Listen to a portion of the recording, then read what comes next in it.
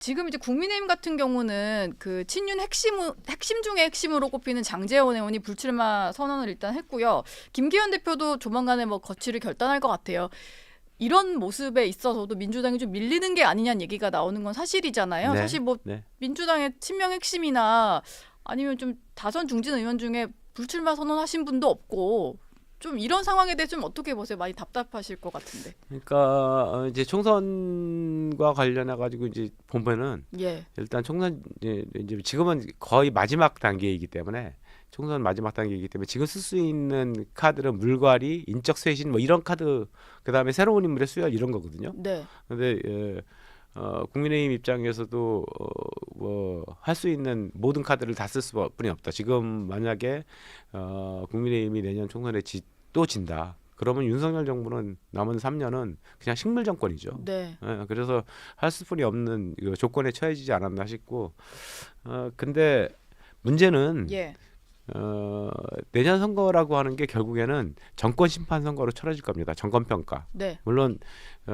이 오만과 독선, 뭐 윤석열 정부가 더하냐, 오만과 독선, 민주당의 그 다수 세석을 가진 야당이 더하냐, 예, 이거에 대한 그 싸움이 좀 될 것 같은데, 국민들의 선택지가 있을 것 같은데요. 예, 근데 더 큰 거는 결국 정권에 대한 오만과 독선에 대한 심판 선거가 더 클 거라고 예상이 되는데, 예.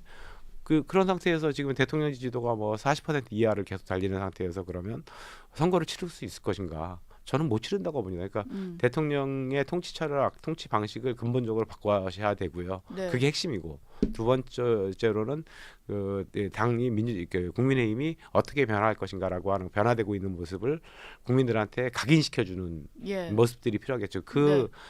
그 상징 중에 하나가 이제 그 장제원 장제원 의원, 의원의 그다음에 예, 김기현 대표 등등이 될 것이고, 민주당 내에도 결국에는 이게 항상 상대방이 있는 거기 때문에요. 네, 어, 그 국민의힘은 막 저렇게 변해가고 있는데 민주당은 아무것도 안 한다. 예. 이러면 국민들이 선택해 주겠습니까?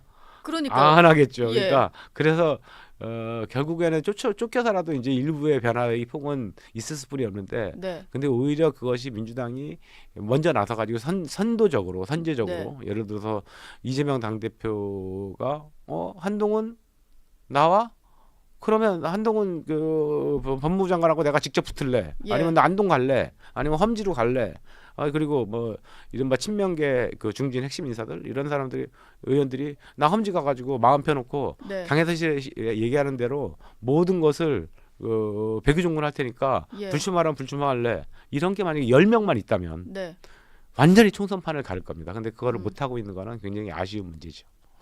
그건 아마 안 되지 않을까라는 생각도 좀 드는데 뭐 지금 내부적으로 뭐 약간 분위기라도 좀 있는 겁니까? 아니면 그쪽이 없어가지고 네, 저희 그 원칙과 상식 의원들은 네, 사실상 마음을 되게 비워 놓고 있는 상황이거든요. 비워놓으셨군요. 예. 그래서 저희라도 나서서 우리가 백의종군 할 테니 한번 다른 사람들도 좀 한번 보자, 이런 예. 얘기라도 해볼까, 이런 어. 고민도 하고 있습니다.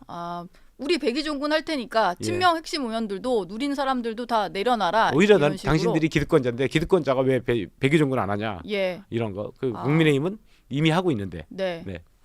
그러면 좀 기다리다 못하면 그런 말씀을 실제로 하실 수도 있겠네요. 고민하시는 그런 그럼요. 말씀을. 네, 그런 거. 예. 아직까지 네. 그 네 명이 공동적으로 얘기된 건 아니지만 네. 최소한 저는 그런 생각입니다.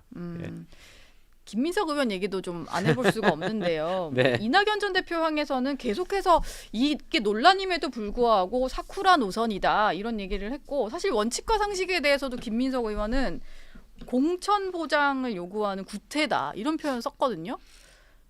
한마디 좀 해주신다면. 사쿠라라고 예. 하는 표현을 지금 소환해 가지고 쓰는 거는 좀 안타깝고요. 예. 그러니까 저는 김민석 의원하고는 굉장히 오래된 네. 친분 관계를 갖고 있고, 그 같은 시대의 운동권 학생으로서 활동도 했었고요. 네. 그랬는데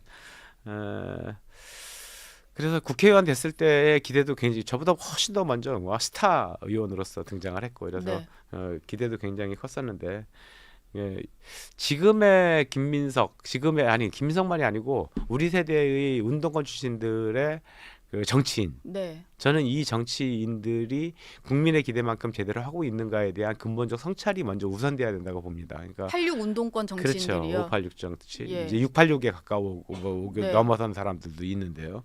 그러니까 선거 때마다 그86 기득권 정치인을 청산하자. 네. 뭐 기득권 내려놔라 이런 얘기가 항상 나오지 않습니까? 네. 그거는 그만큼 기득권화 됐다라고 하는 겁니다.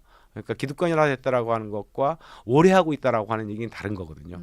그러니까 권력에 붙어서 권력을 누리려고만 했지 과연 그들이 만들려고 했던 그 학생운동을 했을 때 아니면 네. 처음에 국회에 들어왔을 때의 그 초심을 갖고 있는 거야.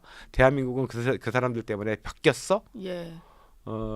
대한민국의 이 양극화된 그 생활상은 바뀌었고 송파 세모녀 사건은 없어졌어. 네. 서희초 선생님의 죽음은 왜 일어나야 돼? 너네들은 그 순간에 뭘 하고 있는 거야? 음. 이거거든요. 예. 그 질문에 대한 답을 사실은 586 그 정치인들이 적극적으로 나서가지고 그걸 해결하고 했다면은 네. 야 정말 586들이 국회에 들어오고 정치인들이 되니까 너무 좀 바뀌었네. 대한민국이 좋아졌네라고 네. 하는 박수를 받을 거 아니겠습니까? 예. 근데 그러지 못하고 있는 게 사실 저희 세대들. 저는 사실 뭐 국회의원 되고 나가지고 주류를 한 번도 안 해봐가지고 예. 뭐 장관을 해본 것도 아니고 당 지도부에서 아주 그 중요한 핵심 인사를 뭐 사무총장을 해보지도 못했고 뭐 이랬는데 네. 그렇다 하더라도 저는 당신 기득권자 아니야 이러면 맞다 네. 똑같다. 거기서의 차이는 요만큼 그 남들이 볼 때 제가 생각할 때의 차이는 굉장히 크다고 주장할 수 있겠지만 예. 남들이 봤을 때는 똑같은 운동권 출신 너 뭐 했는데 이렇게 볼 네. 수 있는 거거든요. 그래서 예. 맞다. 나부터 반성하겠다, 자성하겠다라고 하는 말씀을 드리는데 네. 우리 김민석 의원을 포함해서 네. 이 586 정치인들이 진짜 마음을 좀 내려놨으면 좋겠습니다. 조금만 내려놓으면 굉장히 편해지거든요. 예.